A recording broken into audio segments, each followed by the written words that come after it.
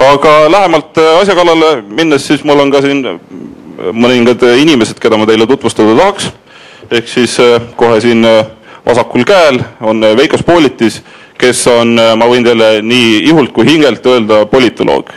Et see tema kuriikulum viitast välja paistab, et noh, see selleks.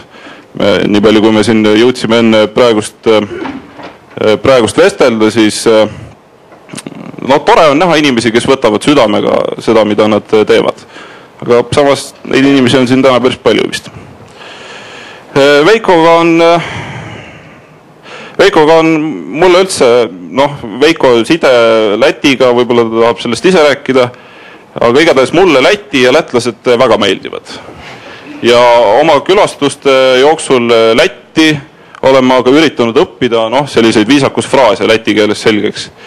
Ja tahaks ikka midagi oma pärast, et ma olen eestlane ja ma ei räägi läti keelt, et see on väga lihtne ja mõnes mõttes nagu banaalne või suisa labane, et siis võiks midagi huvitavat. Ja ma soovitan teil ka õppida midagi sellist selgeks, et Läti Vabariigi aastapäeval on meie peres alati tort laual.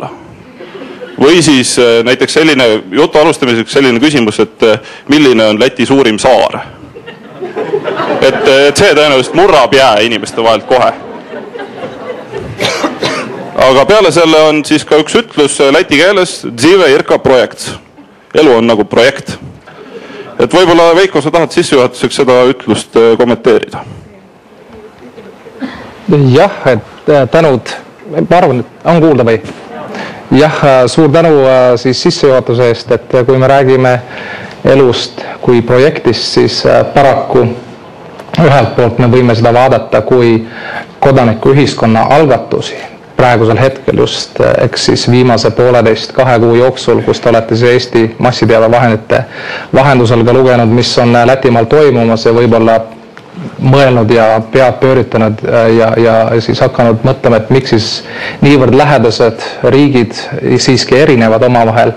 See on nagu üks selle mündi külg, kuid teine mündi külg on see, et tegelikult siin on 2–3 mehel Lätis on kogu elu on nagu projekt ja selle projekti siis teostajateks on Läti maksumaksjad.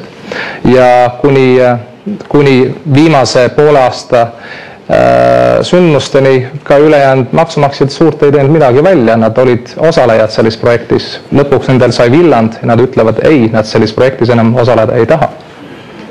Läks kergemaks küll, et on hea kuulda, et korruptsioon või korrumpeerunud tegevus ei ole Lätis mitte eluviis, vaid siiski kõigest projekt, mis küllap siis varsti läbi saab. See selleks. Marika Priske on tubli inimene majandus- ja kommunikatsiooniministeeriumist. Ja vahest mulle tundub, et ühe keskmise ürituse teeb heaks see, kui kohale kutsutakse keegi riigiametnik, kelle suhtes siis või nagu hammast ihuda, kelle suunas siis. Et meil siin päeva esimeses plokis jälle küsitlus, mis läbi viidi, oli ju selline, et kes on süüdi. Ja ikka poliitikud, ametnikud. Nii et võib-olla see elu seab päris suuri takistusi, et seda kriitikat on kindlasti rohkem, usun, kui kiitust riigiametis. Ja nii palju, kui ma siin mõtlesin ka, et Majandus- ja Kommunikatsiooniministeerium, et mis mõtteid see minus tekitab ja tulid kohe meelde 2 suurt kodanikualgatust.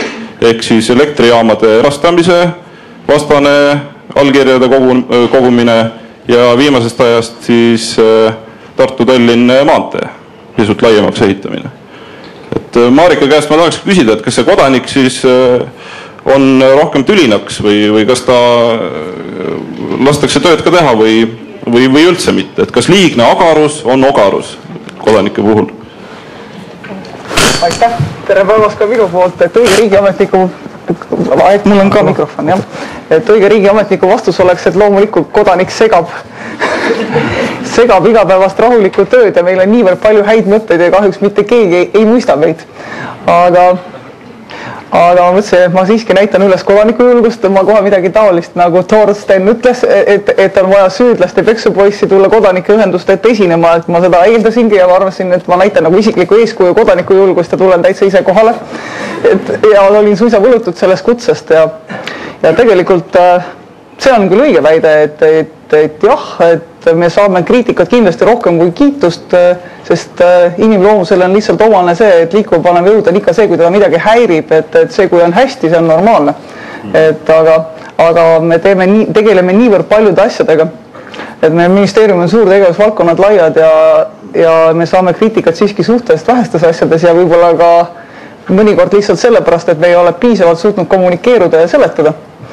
Et igal juhul mina juba väga pika staasiga riigiametnikuna julgen öelda, et mul on rõõm igast kodaniku algatusest ja eriti suur rõõm nendest algatusest, mis tõesti tulevad kodanike poolt, mitte ei ole kuidagi üles ässitatud sellise, ütleme, puuduliku kommunikatsiooni või info jagamisega, et sellest on abi.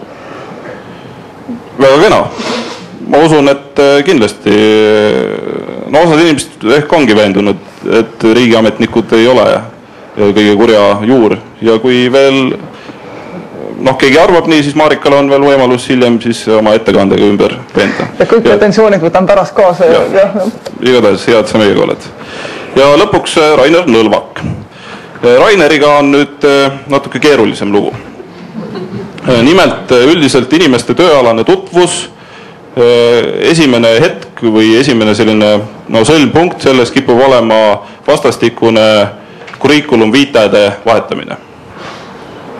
Kas või kuskile tööle kandideerite, ikka see on dokument, mis tuleb esitada, eks, ja selle põhjal üht-teist ka otsustatakse. Raineriga oli nüüd see lugu, et see ei õnnestunud meil siis tema käest saada kuriikulum viitajad. Ta ütles, et tal ei ole kunagi seda olnud, pole kunagi vaja läinud.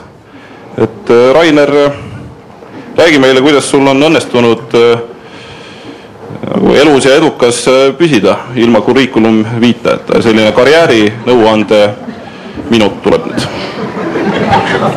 Jah, tervist. Ma ise ka imestan seda, kuidas see mul õnnestunud on, aga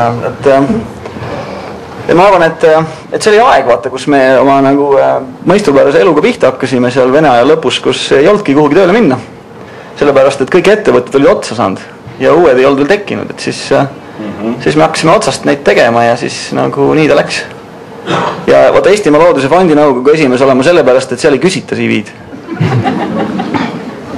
Ma kujutan ka ette, et see paberi kokkuhoid on siis see, mida ongi lihtne saavutada. Õige vastus muidugi on see, et kui ei taha firmajuhtidele oma CV-sid saata, siis tuleb ise ettevõtte luua. Et seegi on tükk julgust, aga vaadake, kuis on edukaid näiteid.